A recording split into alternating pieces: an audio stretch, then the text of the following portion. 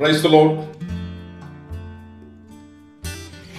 Love and greetings to the people of Andhra Pradesh in the name of Jesus Christ. ఈ video చేయడానికి కొన్ని కారణాలు ఉన్నాయి. దేవుని యొక్క సేవకునిగా I have been inspired to do this video to suggest the people of Andhra Pradesh. ఆంధ్రప్రదేశ్లో ఈ మధ్య జరుగుతున్నది ఏంటంటే, కులాల ఆధారం చేసుకుని, మతాలను ఆధారం చేసుకుని, ఒక మతం మీద ఒక మతము, ఒక కులం మీద ఒక కులం, మాటల యుద్ధం, అటాక్స్, వ్యక్తిగత దోషణలు జరుగుతూ ఉన్నాయి. ముఖ్యంగా సోషల్ మీడియాలో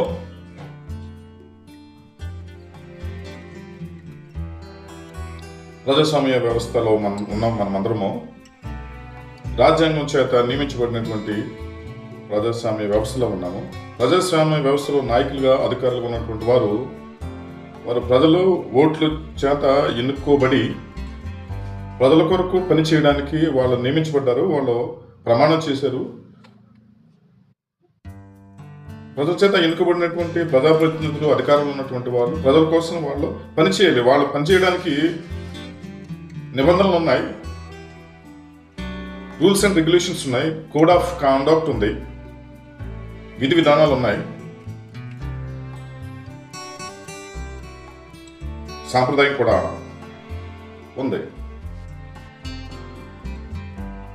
ప్రభుత్వ అధికారులు, ప్రభుత్వంలో పనిచేస్తున్నటువంటి అధికారులు, ప్రభుత్వం చేత నియమించబడినటువంటి వారు విధులు నిర్వహిస్తూ వారి డ్యూటీ వాళ్ళు చేయాలి. వారు ప్రభుత్వానికి లోబడి వాళ్ళు చేయాలి. వాళ్ళకు rules and regulations, code of conduct, limits, విధి విధానాలు అన్నీ ఉంటాయి. వీళ్ళందరూ కూడా ప్రజల కోసం పనిచేయాలి. ముఖ్యంగా ప్రజాప్రతినిధులు అయితే చట్టాలు చేయడానికి, అంటే శాసనాలు చేయడానికి, ప్రజల సంక్షేమం కోసం పనిచేయడానికి, ప్రజల అభివృద్ధి కోసం పనిచేయడానికి, శాంతి భద్రతలను కాపాడడానికి, రాష్ట్ర భవిష్యత్తు ప్రణాళికను చేయడానికి, నిత్యావసరాలని తీర్చడానికి, విద్య, వైద్య, వ్యవసాయం, ఉపాధి అనేక రంగాల్లో అభివృద్ధి చేయడానికి ప్రణాళిక చేయాలి, అభివృద్ధి చేయాలి. ముఖ్యంగా పేద ప్రజల యొక్క సంక్షేమం చూడాలి. రాష్ట్ర భద్రత, ప్రజల యొక్క భద్రత, లా అండ్ ఆర్డర్ చూడవలసినటువంటి బాధ్యతలు, అవసరము. అది ఈ అధికారుల యొక్క పదవుల మీద ఆధారపడి ఉంది, పనితీరు మీద ఆధారపడి ఉంది, వారి బాధ్యత. ఎందుకంటే ప్రజలు నమ్మి ఓట్లేసి వాళ్ళని నెగ్గించి అధికారంలో కూర్చోబెట్టారు. పైగా ప్రజలు వాళ్ళకి జీతాలు ఇస్తా ఉన్నారు. ప్రజలు కట్టినటువంటి ట్యాక్సెస్తో ఈ యొక్క అధికారులు, నాయకులు జీతాలు తీసుకుంటున్నారు. జీతాలు తీసుకుని, పెన్షన్స్ తీసుకుని, వాళ్ళు ఎన్నో కంఫర్ట్స్ పొందుతూ ప్రజల కోసం పనిచేయాలి. అలా కాకుండా రాష్ట్రంలో, ప్రభుత్వంలో, వ్యవస్థల్లో ఏం జరుగుతుందంటే, వ్యక్తిగత దోషం చేస్తున్నారు. మీడియాలో ఎక్కువగా ఒకళ్ళ మీద అటాక్ చేయడానికి ప్రణాళిక చేయడం, వ్యక్తిగత దోషం చేస్తాం, వ్యక్తిగతంగా కుటుంబ విషయాలు మాట్లాడటం, ఆడవారి మీద మాట్లాడటం, వారు భార్యల మీద ఒకరొకరు భార్యల గురించి మాట్లాడుకుంటాం, ఎప్పుడో జరిగినటువంటి సంగతులని మాట్లాడుకుని వాళ్ళ క్యారెక్టర్ అసినేషన్స్ చేసుకుంటున్నారు. ఇదంతా కూడా irrelevant to the government and to the public. పబ్లిక్కి ఇర్రిలవెంట్ అయినటువంటి మ్యాటర్స్, సంఘటనలు ఎందుకు మీడియాలో మాట్లాడుతున్నారు, మనుషుల గురించి ఎందుకు మాట్లాడుతున్నారు, మనుషుల మీద ఎందుకు అటాక్ చేస్తున్నారు, అవసరం ఉందా, ఇర్రిలవెంటా, అది రూల్సా, రెగ్యులేషన్సా? ప్రజల యొక్క నమ్మకాన్ని వమ్ము చేస్తున్నారు కదా, మీకు కట్టబెట్టిన అధికారాన్ని దుర్వినియోగం చేస్తున్నారు కదా. ప్రజలు మీకు ఇస్తున్నటువంటి జీతాలు, ట్యాక్సెస్ మీద, వాళ్ళు కడుతున్నటువంటి ట్యాక్సెస్ మీద మీకు వస్తున్న జీతాలని మీరు వ్యర్థం చేస్తున్నారు కదా. సో ప్రభుత్వ అధికారులు ప్రజల కోసం పనిచేయాలి, ప్రజా సంక్షేమం కోసం పనిచేయాలి, అభివృద్ధి కోసం పనిచేయాలి, శాంతి భద్రతలు కాపాడడం కోసం పనిచేయాలి, భవిష్యత్తు ప్రణాళికలు, భవిష్యత్తు కార్యాచరణ, దేశం అవ్వడానికి, భవిష్యత్తులో రాష్ట్రం అభివృద్ధి అవ్వడానికి ప్రణాళికలు చేయాలి. వాళ్ళ సమయం, డబ్బులు వాటికి ఖర్చు పెట్టాలి. మీడియాను కూడా అందుకోసమే వాడాలి. మీడియాలో వారు ఏ మాటలు మాట్లాడాలో, ఏ మాటలు మాట్లాడడానికి వారికి అధికారం ఉందో, వాళ్ళ యొక్క పదవికి, వాళ్ళ అధికారానికి సంబంధించిన విషయాలు మాత్రమే మాట్లాడాలి. మాట్లాడటం అనేది అది న్యాయం, ధర్మం, నీతి, అది ఎథిక్స్.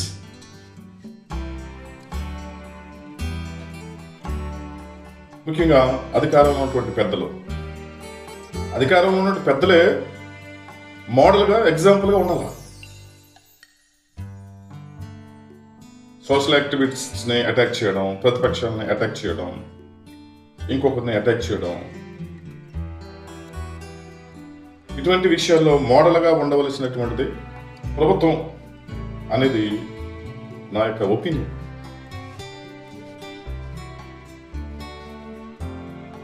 అభివృద్ధి కుంటుపడుతుంది, ప్రణాళికలు చేసేటువంటి సమయం దుర్వినియోగం అవుతుంది. రాష్ట్రం సమస్యల వలయంలో కూలిపోతుంది. సమయం అంతా, ప్రజల సమయం అంతా వృధా అవుతుంది, ధనం వృధా అవుతుంది, పదవి కాలం వస్తూ ఉంది. అధికారంలో ఉన్న నాయకులు పదవీ కాలం సంపూర్ణంగా వినియోగించుకుని ప్రజలకు మంచి సంక్షేమం, మంచి పరిపాలన అందించి ప్రజల దీవెనలు, దేవుని దీవెనలు, ఆశీర్వాదం పొందితే మరలా వారిని నెగ్గిస్తారు. ప్రజలు దేవుని యొక్క ఆశీర్వాదంతో వాళ్ళు నెగ్గుతారు, మరలా ప్రభుత్వాన్ని కంటిన్యూ చేస్తారు, ఇంకా మంచి పరిపాలన అందిస్తారు. ప్రభుత్వ అధికారులు ఇది అవకాశం తీసుకోవాలి. ఒకసారి, 2 సార్లు నెగ్గినప్పుడు, అధికారం ప్రజలు వారికి కట్టబెట్టినప్పుడు అది వినియోగించుకుంటే ప్రజలు మరలా ఓట్లేస్తారు. ప్రజలు దీవెనలు ఉంటాయి, శాశ్వతంగా దేవుని యొక్క దీవెనలు ఉంటాయి. కాబట్టి నాయకులు ఆలోచించుకోవాలి.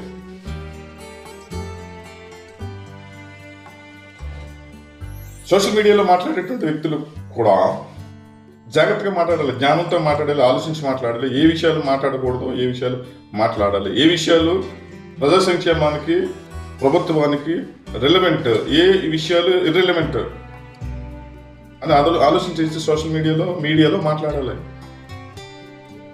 మీడియా రంగంలో ఉన్నటువంటి వారు కూడా, పెద్దలు కూడా మీడియాలో ఏ విషయాల్ని బ్రాడ్కాస్ట్ చేయాలి, ఏ విషయాలను అడగాలి, ఏ విషయాలను అడగకూడదు, ఏ విషయాలను బ్రాడ్కాస్ట్ చేయాలి అనే విషయాలు కూడా జ్ఞానంతో ఆలోచించి బ్రాడ్కాస్ట్ చేస్తే ప్రజలకు ఆరోగ్యం, ప్రజలకు మంచిది.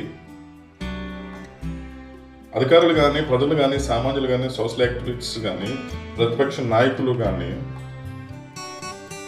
మేధావులు కానీ, ఎవరు మాట్లాడినా, ఎవరు ఏది చేసినా రాష్ట్ర సంక్షేమం, ప్రజా సంక్షేమం జరగాల. రాష్ట్రంలో శాంతి భద్రతలను కాపాడేటట్లుగా ఉండాలి. రాష్ట్రంలో శాంతి సమానత్వం, న్యాయం జరిగేటట్లుగా చూడాలి. ముఖ్యంగా ఇది ప్రభుత్వ బాధ్యత.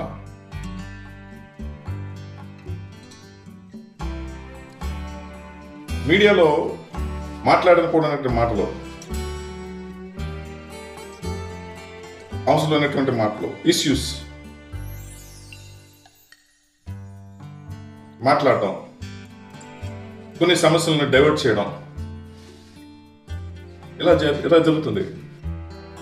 మీడియాని వాడటం వల్ల ప్రజలకు విజ్ఞానం రావాలి, ప్రజలకు మంచి సమాచారం అందాలి. మీడియాని మిస్యూజ్ చేస్తున్నాం. మీడియా మిస్యూజ్ అవ్వకూడదు దయచేసి.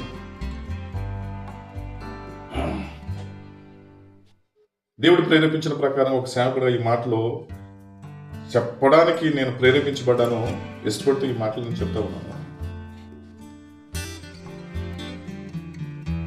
నాయకులు మైండ్ సెట్ మారవలసిన అవసరం ఉంది. మన నాయకులు, ప్రజాప్రతినిధులు ముఖ్యంగా అధికారంలో ఉన్నటువంటి వారు మైండ్ సెట్ మారాలి. విజ్ఞానంతో మాట్లాడాలి, జ్ఞానంతో మాట్లాడాలి. రాజ్యాంగాన్ని దృష్టిలో పెట్టుకుని, విధి విధానాలు దృష్టిలో పెట్టుకుని, రూల్స్ అండ్ రెగ్యులేషన్స్ దృష్టిలో పెట్టుకుని, విలువలు దృష్టిలో పెట్టుకుని, ముఖ్యంగా ప్రజా సంక్షేమం, ప్రజా అభివృద్ధి, రాష్ట్ర అభివృద్ధి దృష్టిలో పెట్టుకుని మాట్లాడాలి. ఎన్నిక కాబట్టినటువంటి పెద్దలు ఒక మంచి మెసేజ్ సమాజానికి పంపిస్తే దాన్ని నేర్చుకునే వాళ్ళు ఖచ్చితంగా నేర్చుకుంటారు. అధికారంలో ఉన్నటువంటి ప్రజాప్రతినిధులు, అధికారంలో ఉన్నటువంటి నాయకులకి అవకాశం.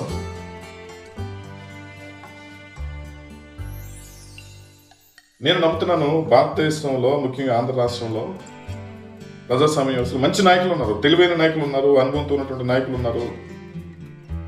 పదవులను మనకు ఇవ్వబడిన పదవులు చాలా మంచిగా ఆ పదవులను నిర్వహించగలిగేటువంటి తెలివితేటల్లో ఉన్నటువంటి వారు ఉన్నారు. కానీ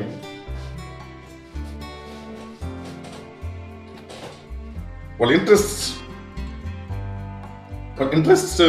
సరైనటువంటి ఇంట్రెస్ట్ లేకపోవడం, అంటే ఇంట్రెస్ట్ మీద కాన్సన్ట్రేషన్ పెట్టకపోవడం, అంటే పబ్లిక్ ఇంట్రెస్ట్, స్టేట్ ఇంట్రెస్ట్ మీద కాన్సన్ట్రేషన్ పెట్టకపోవడం,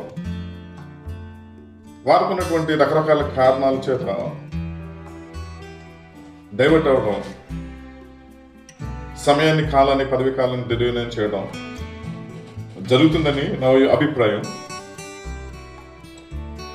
మన నాయకుల యొక్క మైండ్ సెట్ మారాలనేది నా యొక్క ఒపీనియన్. మరి విజ్ఞానంతో, జ్ఞానంతో రాజ్యాంగాన్ని దృష్టిలో పెట్టుకునే విధి విధానాలు, ప్రజా సంక్షేమం, ప్రజా అవసరాలు, రాష్ట్ర అభివృద్ధి దృష్టిలో పెట్టుకుని పరిపాలన జరిగిస్తే మన రాష్ట్రానికి మంచిది, మన యొక్క కుటుంబాలకు మంచిది, మన ప్రజలకు మంచిది, మన పిల్లలకు మంచిది. ప్రజలు నమ్మి ఓట్లేసి 5 సంవత్సరాలు మీకు అధికారం ఇస్తే it's an privilege to serve the public. ప్రజలకు సేవలు అందించే మంచి అవకాశం ఇచ్చారు. అది వినియోగించుకుంటే చాలా మంచి ఫలితాలను చూడొచ్చు.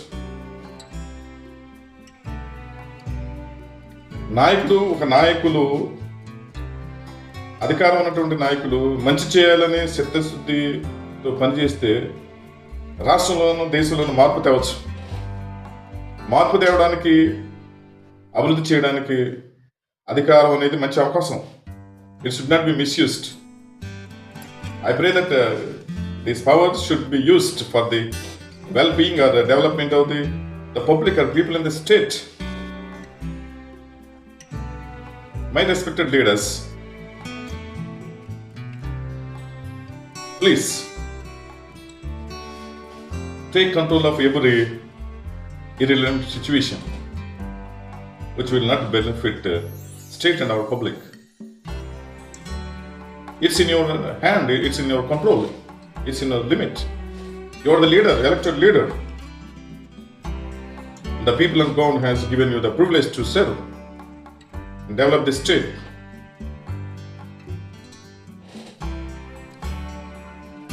God bless you. God bless Andhra Pradesh. God bless India. I am Dr. M. Christopher, evangelist, Kakinada, Andhra Pradesh.